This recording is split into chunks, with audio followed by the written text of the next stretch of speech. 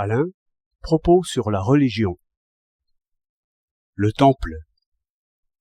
Une des idées de Eupalinos est que le temple meut l'homme, par quoi l'architecture ressemble à la musique. Mais il faut voir comment le temple meut l'homme. Par ceci que les grands reliefs s'aplatissent dès que l'on s'arrête, comme si l'air des profondeurs en était chassé.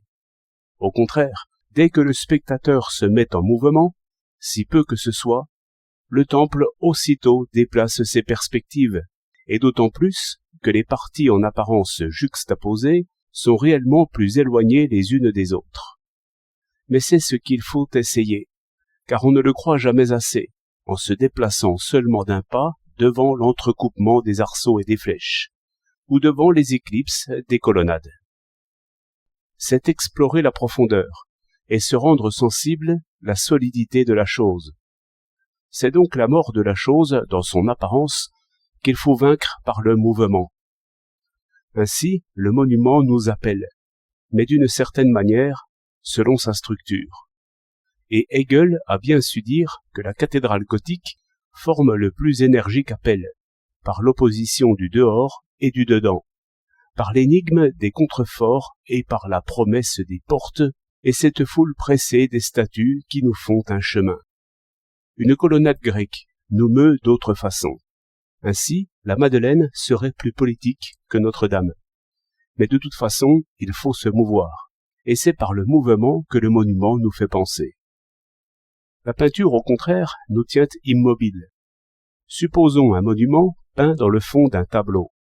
Cette image ne répond point à nos mouvements, et l'on n'observe point ce glissement des colonnes qui se montrent et se cachent selon nos pas, ce qui rabaisse aussitôt le monument peint au niveau des accessoires, ce qui, surtout, nous avertit que cette apparence doit rester à l'état d'apparence, et qu'ici le vrai est de nous et non de l'objet.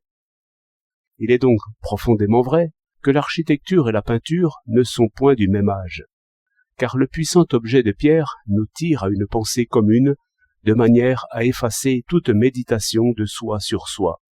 Il nous soumet à la doctrine.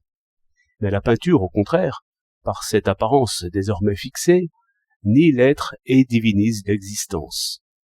Le miracle de la peinture, c'est de donner être à ce qui passe.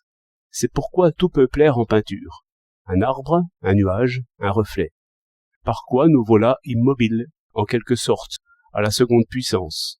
Car nous savons bien que le mouvement est un adieu à l'apparence et à soi, mais plutôt une sorte d'hymne à ce monde solide et un massacre des apparences. Un arc de triomphe est peut-être l'objet le plus éloquent qui soit. Ce n'est pourtant qu'une porte de ville et séparée des murs. Le petit arc du carrousel est posé sur cette place comme un signe. On voit d'autres choses par l'ouverture. Ce n'est qu'un passage, mais il faut passer. Entrer et sortir, ce n'est qu'un. Ainsi s'éveille le pas militaire. Ainsi, par cette porte qui n'est que porte, l'entreprise qui ne promet rien, ce qui donne vie au grenadier de pierre.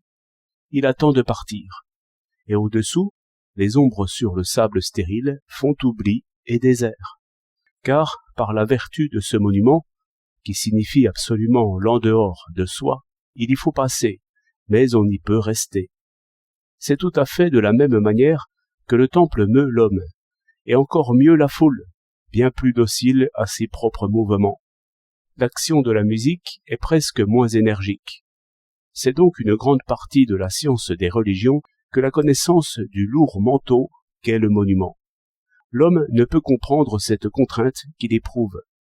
Il sent directement l'invisible présence, le Dieu qui n'a point besoin d'une autre statue que le monument même, qui, dans son creux, fait un Dieu plein d'écho. La transe religieuse est l'immédiat effet du monument. Ne cherchons point loin de l'homme, mais tout près de l'homme, la présence des dieux. L'homme ne peut supporter la beauté architecturale. Il fléchit alors le genou et la prière est dictée par le Dieu lui-même. Le mystère est ici, autour de l'homme. 16 juillet 1923.